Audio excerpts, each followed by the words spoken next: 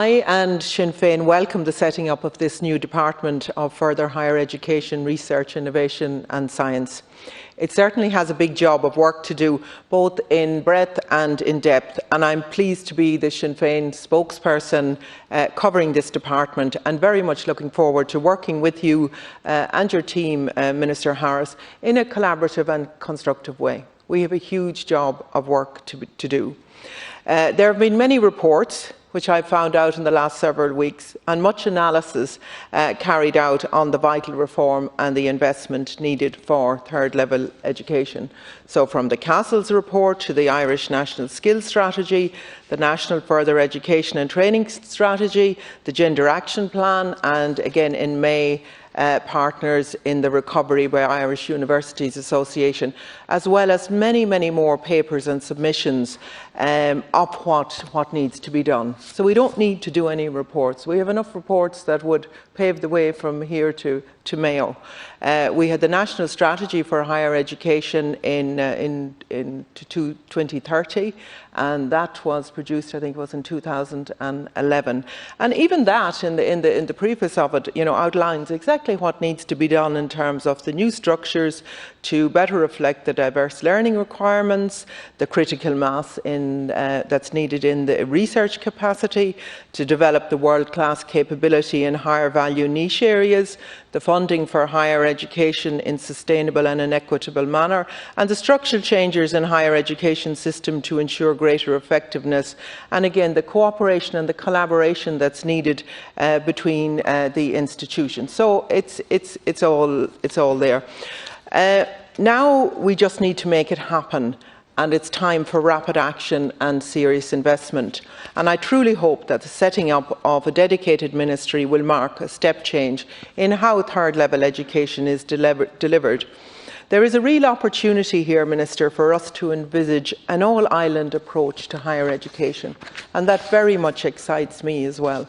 Because I've always believed that students from the Shankill Road or East Belfast should have the same access to educational opportunities as somebody from my own area in Belmullet. We are a small island. We have a huge expertise in the educational sector. I think that we need to work together better to ensure that there's access right across the island and indeed beyond for other people who choose to go abroad to do their studies.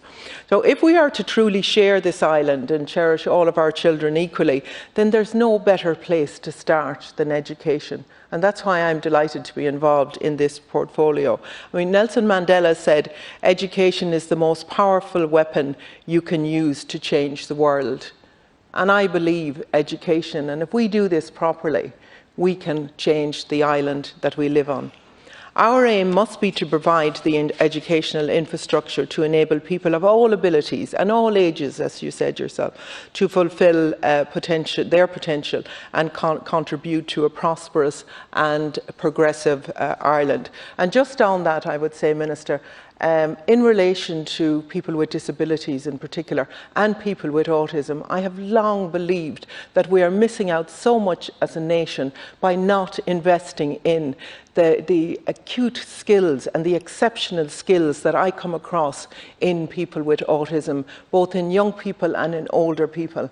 And I would really like to work with you on that so that we invest in that we don't treat it as a cost, that we really invest in it, that can contribute to our innovation and our science and everything that we need to do. But that will be my overarching ethos in my role as main opposition spokesperson for this Department of Further and Higher Education. Now, we have seen a decade of underfunding and many decades of underfunding. We spend 50% less per student now than we did in 2008, and I welcome your recent announcements in recent days on the extra funding that will be available.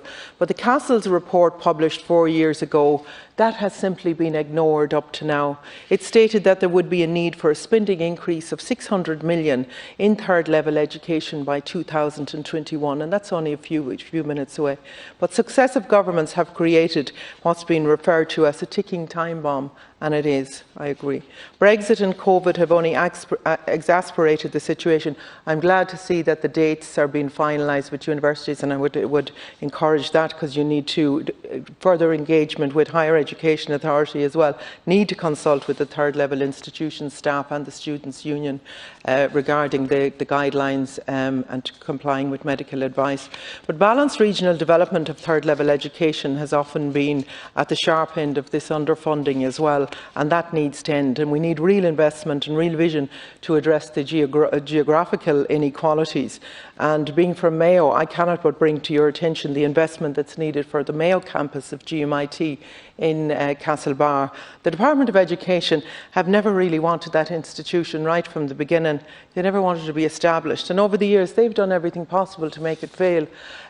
So I'm asking you, Minister, to challenge the official attitude to the campus, to work with the President and her excellent team, who, despite all of the obstacles put in their way, do everything possible to create a responsive and dynamic campus.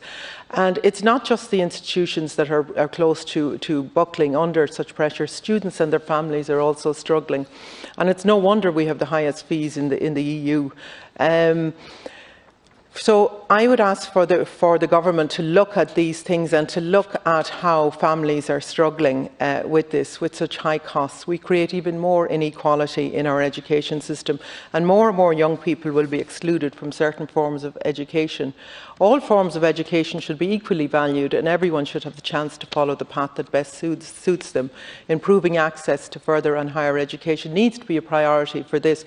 Now, the SUSI system needs to be reformed, and I think we need to do this immediately within the department. The thresholds are too high, the amounts is too low. Again, for people with disabilities who want to study part-time, they're excluded. That has to be addressed. And the problems with adults living away from home being excluded because they are based on their parents' income. I'm glad to see the attention to apprenticeships because they have been undervalued for the last number of years, and I will work with you on that, because I absolutely believe in apprenticeships and what we need to do there. Our recovery and future economic performance lies on a well-trained and educated population in the government's ability to necessary. Now, Minister, that's all very positive. And I was so looking forward to coming in here today. And then I saw the amendment that came in late on Wednesday night, 11 o'clock on Wednesday night, the amendment to give €16,288 to a super junior minister who is already earning €2,384 per week. And it's really repugnant to hard-working people of this state. You know, to put it in perspective, the €16,000 bonus, what it would mean in the real world, because this is how third level students and their families look at it. They will look at it and think €16,000, that's as much as an annual pay of an apprentice.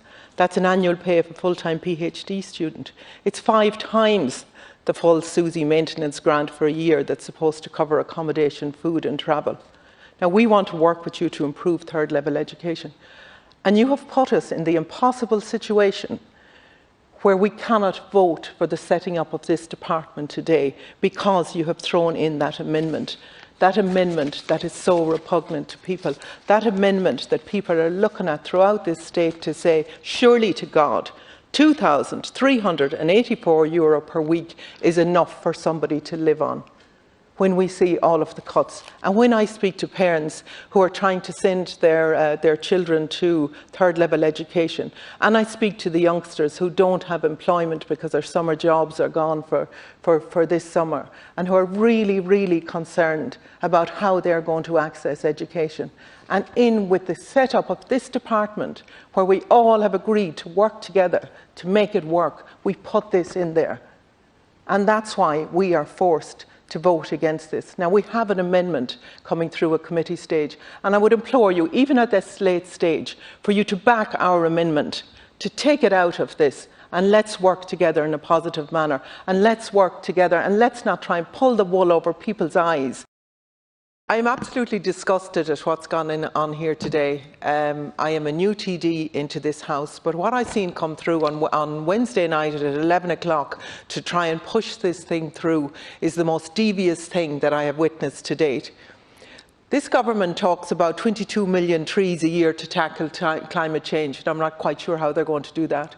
But what I know for certain is that the money tree has landed firmly in the circle of greed between Fianna Fáil, Fine Gael and the Greens. And it is absolutely appalling, as so was said. The only excuse that has come up with is that it must be regularised. Absolutely it must be regularised. But why not bring down the salaries of the other two to match it so that they would be the same? And we talked about frontline workers and the care assistants who are on the minimum wage, and some of them even aren't on the minimum wage. And they are the people who sat by the beds of the people who were dying without any PPE gear because we couldn't afford to give it to them. We couldn't afford to provide them with the PPE gear that they were begging for. They're the same people that went home crying every night because we couldn't afford it. And we sit here and we say that somebody getting over €2,000 a week, it isn't enough for them. Well, if it's not enough for them, there's other people that it would be quite adequate for. We tell Susie, people applying for Susie, we tell the families, no, you're €5 over. Sorry, nothing here for you. Nothing for you today. You're €5 over. And we go and we do something like this. It is absolutely disgusting. And everybody who votes for this should be absolutely ashamed of themselves.